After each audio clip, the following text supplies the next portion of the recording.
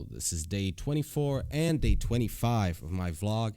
I haven't made one yesterday because we were out drinking because we were celebrating my birthday, and honestly, I we came home and I just fell asleep. That's the way alcohol goes for me nowadays. Also, I almost didn't make one yesterday, honestly. I mean, today, because I didn't feel like it, and I'm super tired and I was a bit hungover. But again, I'm sticking to the 2 day rule. I don't have much new because it's the weekend. Uh, I spent a lot of time figuring out how to make the microphone work properly and all the programs. I hope it's audible right now, that it's pretty good. I feel quite confident about it. But yeah, there's not much else that I've done. I wanted to record a few things, but I feel like with my throat hurting and with me being super tired, I'm not gonna be happy with the results. So I'd rather do it another day where I'm gonna feel like it's adequate to where I want it to be. And for the second part, I wanted to talk about self-worth because I think it comes mostly internally. And a lot of people set themselves up to fail by just not getting it right. Because I think you can do something that's really silly, like learn gymnastics or, arranging decorations or something so they look nice. And you can do it for a full year and feel like it's good. So not regretting spending that time on it. And at the end of the year, feeling like it was worth something. It might be totally useless or impractical for any other purposes, but you'll still feel good because it was a year that you spent on something and now have a skill that you can do.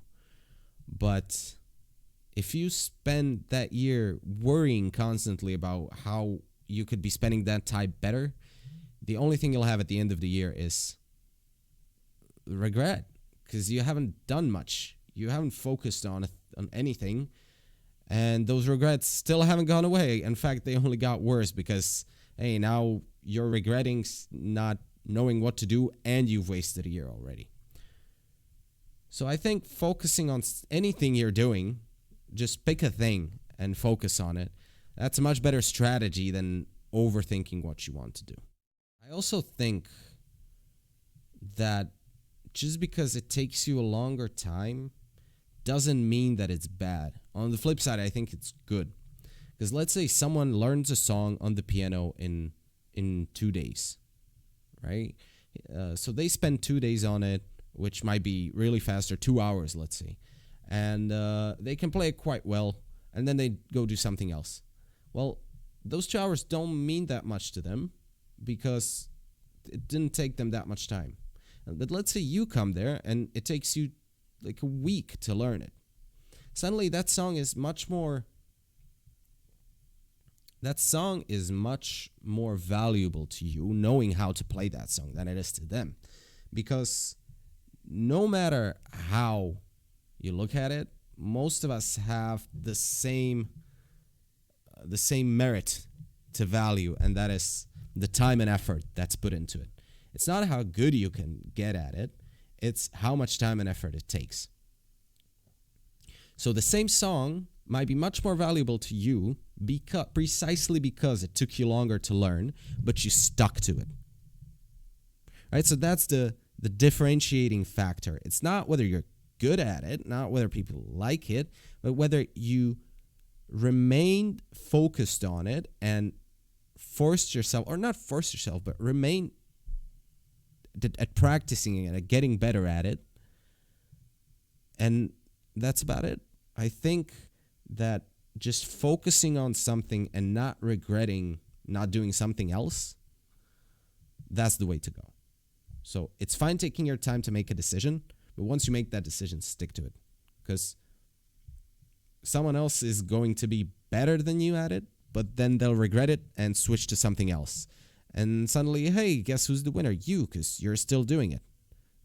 Doesn't matter that they were better at it, but they quit. And now you're still in the game. So I think it's important to look at things by judging whether you want to do them.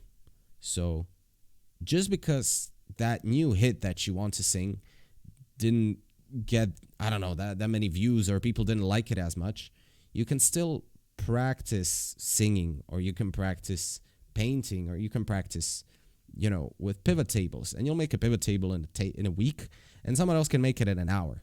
But for you, that's something you learned. And if you spend more time, which if you spend a week making a pivot table, you probably want to spend more time learning how to do them, they will go do something else, because pivot tables aren't that challenging to them. And I think people mostly naturally seek something that challenges them, that pushes them.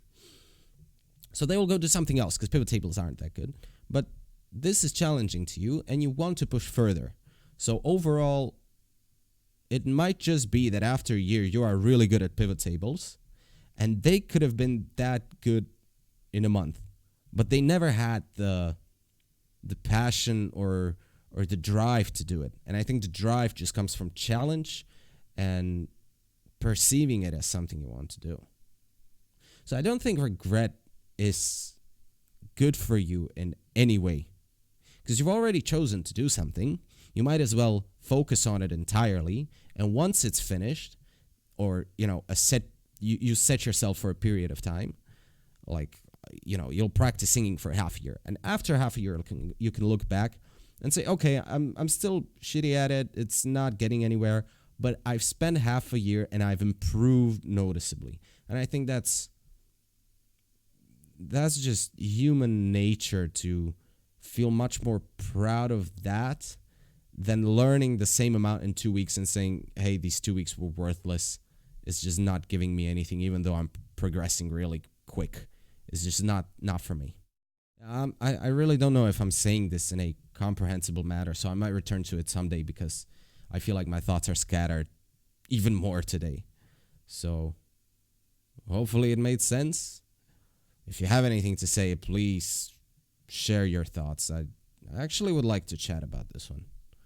But either way, thanks for watching, and I'll let you know how it goes tomorrow. Hopefully some more work will pop up.